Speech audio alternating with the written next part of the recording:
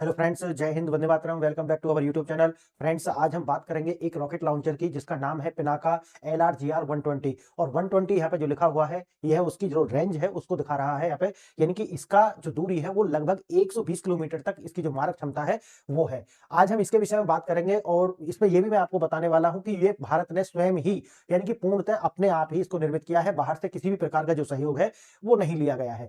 और साथ ही साथ आपको ये भी पता होना चाहिए कि इसको जो बनाने वाला है वो DRDO के द्वारा इसको बनाया गया है। क्या ये एक रॉकेट लॉन्चर है और रॉकेट लॉन्च करेगा ये, और कितना करेगा, एक बार यानी कि 44 सेकंड के अंदर अंदर लगभग 72 टाइम्स यानी कि 72 जो है रॉकेट लॉन्च ये कर देगा। इसका मतलब है कि काफी एक तरीका से ये एफिशिएंट है, बहुत पावरफुल है अपने आप में।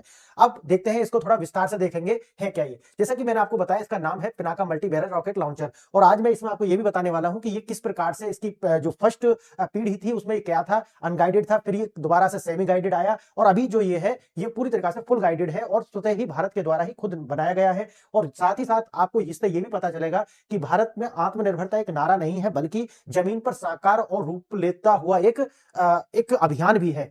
ठीक है, आप देखिए, आज इसे देखते हैं। जैसा कि आपको पता है पिनाका क्या है, मल्टी बैरल। बैरल का मतलब क्या होता है, गोली जो बंदूक होती है ना उसकी जो नाल होती है उसे बोलते हैं बैरल। अब ये वही बैरल है, देखिए, एक सेकेंड, ये वही बैरल है, मल्टी बैरल। मल्टी मतलब है मोर देन वन, यानी कि एक से ज्यादा। अब यहां पे देखना होगा, देखो ये लगा हुआ है 1 2 3 4 और ये 12, यानी कि एक बार में इसका कितना है, 12 लॉन्च कर सकता है। अब देखना, Pinaka multi barrel rocket, rocket है लॉन्चर, यह है नवीनतम गाइडेड। एक सब यहां पर शब्दों पर ध्यान देना है, क्योंकि अगर शब्द समझ में आएंगे तभी ये आपको समझ में आ पाएगा, क्योंकि नहीं तो जितना भी ये डिफेंस टेक्नोलॉजी होती है ये अपने आप में थोड़ी जटिल लगती है, बहुत सारे लोगों को अपने आप में जटिल लगती है। इसलिए अगर आपने एक एक वर्ड पर ध्यान दे लिया तो ये आपके लिए आसान हो जाने वाली है। अब देखना, मल्टी बैरल, बैरल का मतलब समझ गए, जो बंदूक की नाल होती है उसे बैरल बोलते हैं। मल्टी यानी कि एक से ज्यादा, रॉकेट, रॉकेट लॉन्चर, लॉन्च करेगा ये। अच्छा, ये क्या है, ये पूरा का पूरा एक व्हीकल है। देखना, ये व्हीकल है, व्हीकल है तो इसका मतलब ये मूव करेगा।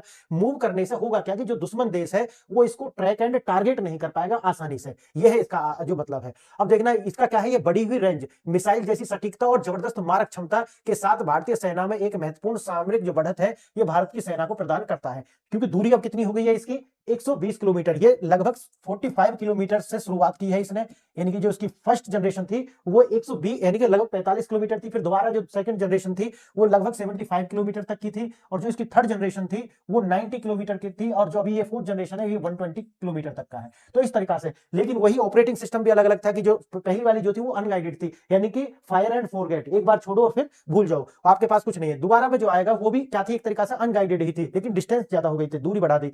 तीसरी जो थी वो सेमी गाइडेड थी एक तरीका से, यानी कि कुछ गाइडेड थी या कुछ फोरगेट एंड फायर फोरगेट वाला था। लेकिन अब जो है ये फुल गाइडेड है, ये आपके हाथ में है इसको दिशा देना, और आप इसको दोबारा से एडजस्ट भी कर सकते हैं। अगर टारगेट मूव कर जाता है, आगे पीछे हो जाता है, तो आप इसको जो है उसी तरीका से एडजस्ट भी कर पाएंगे। अब देखिए, 120 किलोमीटर इसकी रेंज है, ये तो मैंने आपको बता दिया। और क्या है, अपनी सीमा के अंदर रहकर दुश्मन के ठिकानों पर गहराई तक हमला करने में ये सक्षम होती है। अत्याधुनिक गाइडेड सिस्टम है। अब देखो, 120 किलोमीटर की अगर ये दूरी आप देख रहे हैं ना इसमें 120 किलोमीटर, तो 120 किलोमीटर की दूरी होने के साथ ही ये एक टेक्टिकल जो है हमें एक क्षमता प्रदान करती है। इसका मतलब ये है कि हमारे जो बॉर्डर है, बॉर्डर के आसपास ये जो जितने भी आतंकवादी, खासकर पाकिस्तान को लेकर, अब तो बांग्लादेश भी उसी स्थिति में जा रहा है, तो इसे लेकर के तो बॉर्डर के 120 किलोमीटर के आसपास क्या करते हैं, वो बंकर बना लेते हैं। तो ये क्या करेगा, उनको भी डिस्ट्रॉय करने की जो क्षमता है ये हमें प्रदान करने वाला, और ये इसकी ज्यादा जरूरत हमें पाकिस्तान और बांग्लादेश के लिए पड़ने वाली है। चाइना के लिए इसकी इतनी आवश्यकता हमें पड़ेगी नहीं, उसका किसी और वीडियो में बताऊंगा, ऐसा मैं क्यों कह रहा हूं। अब आता है, अनगाइडेड से शुरू किया था, यानी कि जो इसकी फर्स्ट जनरेशन थी वो अनगाइडेड थी, लेकिन अभी जो आई है ये जीपीएस और नाविक के द्वारा जो है इसको आप गाइडेड कर सकते हैं, नेविगेट कर सकते हैं। अब वही है जो मैं आगे आपको विस्तार से बताने वाला हूं। पिनाका जो थी वो 40 किलोमीटर से शुरू होती थी और लेकिन अनगाइडेड थी। उसके बाद में गाइडेड मिसाइल आई थी जिसकी 75 से 90 किलोमीटर रेंज थी, और अभी जो ये पिनाका LRGR जो है ये कितना है, 90 से 120 किलोमीटर की इसकी रेंज है। ये रॉकेट लॉन्चर है, याद रखना, रॉकेट को लॉन्च करने का, और मोबाइल है यानी कि चलती हुई गाड़ी पर है। अब ये देखना, यहां पे देखो सही, इसके किसके द्वारा निर्मित है, एग्जाम के लिए ज्यादा महत्वपूर्ण है, ये DRDO के द्वारा निर्मित है। ठीक है, अब इसका परीक्षण कहां से हुआ है ये इतना महत्वपूर्ण नहीं है। देखना, इसका क्या है, 120 किलोमीटर की इसकी जो मारक क्षमता है, सभी तकनीक मापदंड, यानी कि इसका जो सबसे महत्वपूर्ण है वो है एज कटिंग टेक्नोलॉजी से ये लेस है, यानी कि इसके अंदर एज कटिंग टेक्नोलॉजी लगी हुई है। मैं आपको इसमें बताऊं क्या है वो। देखना, रक्षा मंत्री जो है उन्होंने इस DRDO और उसके अधिकारियों को बधाई दी है कि इन्होंने इस तरीका की जो अचीवमेंट है ये अचीव की है। पिनाका की क्रांतिकारी कायापलट वही है जो शुरू में क्या था, ये MK1 से शुरू हुआ था, और इसका जो नो एस्केप जोन था या फिर सैचुरेशन एरिया जो था वो 40 किलोमीटर के आसपास था, लेकिन अभी जो ये आई है वो 120 किलोमीटर। और दूसरा जो है, इसके इसकी जो प्रिसीजन है यानी कि पिन पॉइंट सटीकता, सटीकता मतलब प्रिसीजन जो है वो बहुत ही ज्यादा सटीक है। इसका मतलब क्या है? इसका मतलब ये है कि अगर आपको इतने बीच में यानी कि एक ही बिल्डिंग को अगर टारगेट करना है, आसपास की जो बिल्डिंग है उनको उस तरीके की क्षति ना पहुंचे, तो आपको ये पिनाका जो रॉकेट है ये काम आने वाला है। क्लियर है? यानी कि ये है कि अगर पास पास भी घर है तो दूसरे घर को ज्यादा क्षति ना पहुंचे, ये जो है वो प्रिसीजन आपको प्रदान करने वाला है। ये इसकी विशेषता है। आइए और देखते हैं इसमें क्या है।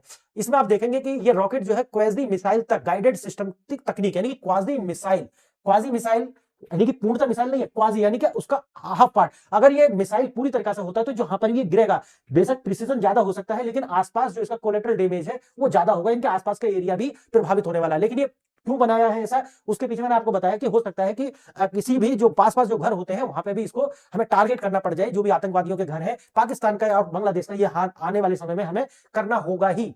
आप देखिए छोटे कंप्यूटर नियंत्रित यानी कि इसके पास क्या है, एज कटिंग टेक्नोलॉजी, इसीलिए इसको जो है कंप्यूटर से जो है नियंत्रित कर सकते हैं। और इसके पीछे क्या लगे होते हैं, फिन लगे हुए होते हैं। फिन जो होते हैं यानी कि पंख की तरीका से ये इसकी दिशा बदलने के लिए और साथ ही साथ इसे सही दिशा में लाने के लिए कार्य करते हैं। अब बात आती है कि इसको गाइडेड कैसे करेंगे। गाइडेड के लिए इसके अंदर दो तकनीक लगी हुई है जिसे हम कहते हैं एज कटिंग टेक्नोलॉजी है। एक है आईएनएस, इसे बोलते हैं इनर्शियल नेविगेशन सिस्टम, यानी कि खुद ये ऑटोमेशन पे होगी उस टाइम, यानी कि इसको गाइड करने की आवश्यकता नहीं है, यानी कि हाफ ये ऑटोमेशन खुद ही कर रही है। और दूसरा हम इसको करेंगे सैटेलाइट से नेविगेशन। नहीं समझे आप शायद? देखो जो आईएनएस है इसका बोलते हैं इनर्शियल, यानी कि खुद से ही अंदर से ही आएगा, यानी कि इसे बाहर से कोई गाइडेंस नहीं करेगा, लेकिन इसके पास अपनी वो क्षमता होगी कि अगर हवा से या फिर किसी भी तरह से डेविएट होती है अपने मार्ग से, तो फिर अपने मार्ग पर आने की जो क्षमता है वो इसका आईएनएस से प्रदान करने वाला है। क्लियर? दूसरा है कि आप जो इसको बाहर से जो है इंटरफेयर करा जाएगा, जिससे ये जो सैटेलाइट है उसको उससे गाइड करा जाएगा, जिसमें आप जीपीएस और अपना जो सैटेलाइट सिस्टम है नाविक, उसके द्वारा इसको गाइडेड करके पिन पॉइंट पर जाकर के टारगेट कराया जा सकता है। अब वही है कि रिजल्ट वही मिसाइल जैसी सटीकता इससे मिलेगी, जिससे आसपास के क्षेत्र को नुकसान पहुंचाए बिना। देखो ये वाली लाइन में आपको शुरू में बताया था, इससे क्या है सटीकता तो मिलेगी लेकिन आसपास का एरिया में ज्यादा डैमेज ना हो, और जो हमने पॉइंट को सटीकता से भेजना है वही, यानी कि जो भी आतंकवादी इंफ्रास्ट्रक्चर है उसी को डैमेज करना है। क्योंकि आतंकवादी जो है वो पाकिस्तान के अंदर तो खासकर जो लोग हैं ना उनकी भीड़ भाड़ वाले एरिया में जाकर के रहते हैं, अब वहीं से वो टारगेट करेंगे। लेकिन जब आप मिसाइल छोड़ेंगे तो वो भीड़ भाड़ वाले एरिया में ज्यादा नुकसान ना पहुंचे, उसी बिल्डिंग में जहां पर आप लोकेट करें उसे जाकर के डिस्ट्रॉय करें, ये कार्य ये करने वाला है। आप समझ गए मेरी बात? अब देखिए सैचुरेशन स्ट्राइक जो है दुश्मन को संभलने का मौका नहीं देगा, यानी कि बहुत ही तेजी से करेगा, जितने वो संभलेगा उतना तो वो टारगेट कर देगा। क्या? यानी कि लगभग एक बार एक बैरल से 12, 1 गुणा 12 यानी कि एक में कितनी होती है 6, यानी कि टोटल 44 सेकंड में कितनी जाएंगी 72 जो रॉकेट्स हैं वो उसके पास पहुंच जाएंगे।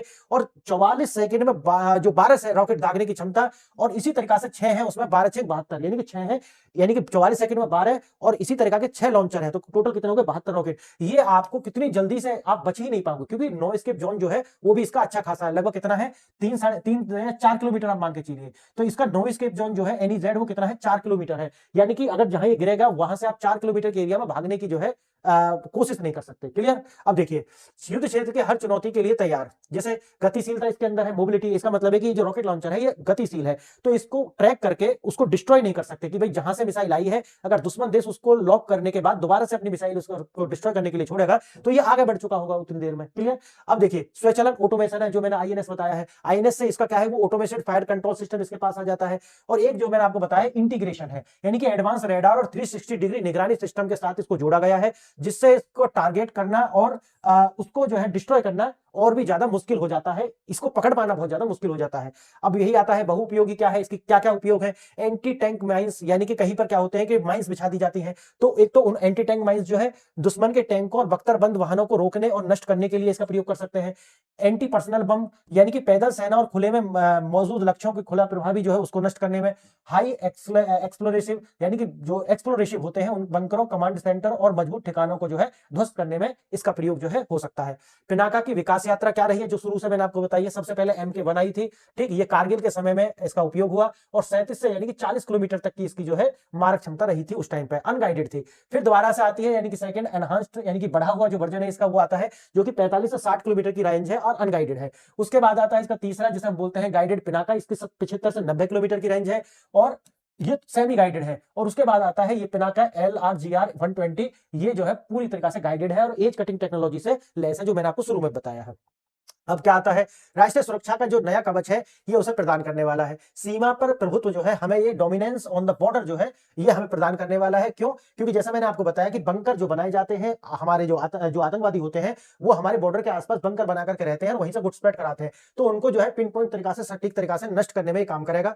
विश्वसनीय निवारण, इसका क्या है, भारतीय सेना की मारक क्षमता जो है कई गुना जो इससे वृद्धि हो जाएगी और दुश्मन के जो भी इरादे हैं उनको चकनाचूर करने में ये महत्वपूर्ण भूमिका निभाएगी। लागत प्रभावी क्या है, कॉस्ट इफेक्टिव, ये बहुत जरूरी है, यानी कि ये ज्यादा महंगा नहीं है। अगर आप जो मिसाइल छोड़ेंगे तो उसकी कीमत ज्यादा आएगी, अगर रॉकेट से आप उनको डिस्ट्रॉय करेंगे तो उसकी कीमत कम आएगी। आत्मनिर्भर भारत का प्रतीक, बात यह है क्योंकि ये स्वदेशी निर्मित है, इसमें किसी का सहयोग नहीं है, इसीलिए ये डीआरडीओ द्वारा निर्मित है, स्वतः ही इसका डिजाइन भी हमारा ही है, इसलिए आत्मनिर्भरता बहुत जरूरी है। इसको ऐसा नहीं कि अगर युद्ध छिड़ता है तो बाहर से मंगाना पड़ेगा और वो डिले करेंगे, ऐसा कुछ नहीं है। वैश्विक मंच पर पहचान, अगर हमारी जो टेक्नोलॉजी है उस तरीका से विकास होता है तो हम इंपोर्टर ही नहीं बने रहेंगे, बल्कि आने वाले समय में हम नेट एक्सपोर्टर भी बनेंगे। इसकी ओर भी एक कदम है, वहां से भी हम जो है रेवेन्यू जनरेट करने वाले हैं। तो बस यही है कि भविष्य की जो शक्ति आज की हकीकत है, पिनाका LRGR 120 रॉकेट लॉन्चर से कहीं बढ़कर यह एक रणनीतिक संपत्ति है। क्यों संपत्ति, आप समझ गए, क्योंकि बड़े युद्ध होने नहीं है, जहां पर मिसाइल चलेंगी वो होने नहीं है, मैंने आपको बता भी दिया है, क्योंकि उसके बाद कुछ बचना नहीं है। अगर रॉकेट से युद्ध, अगर मिसाइल से युद्ध होंगे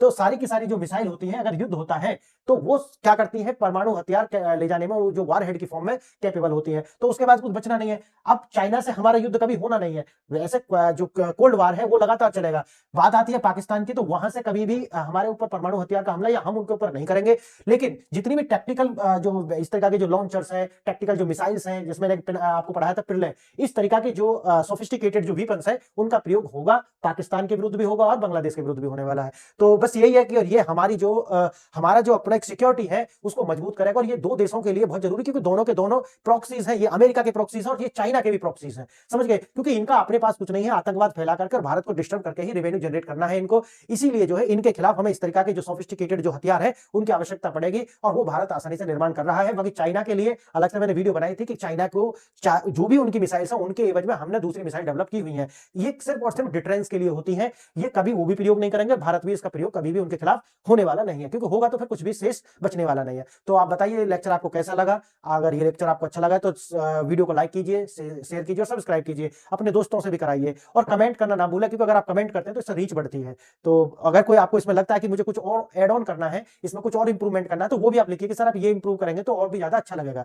तो आज के लिए इतना ही, आपने वीडियो यहां तक देखी उसके लिए धन्यवाद, नमस्कार।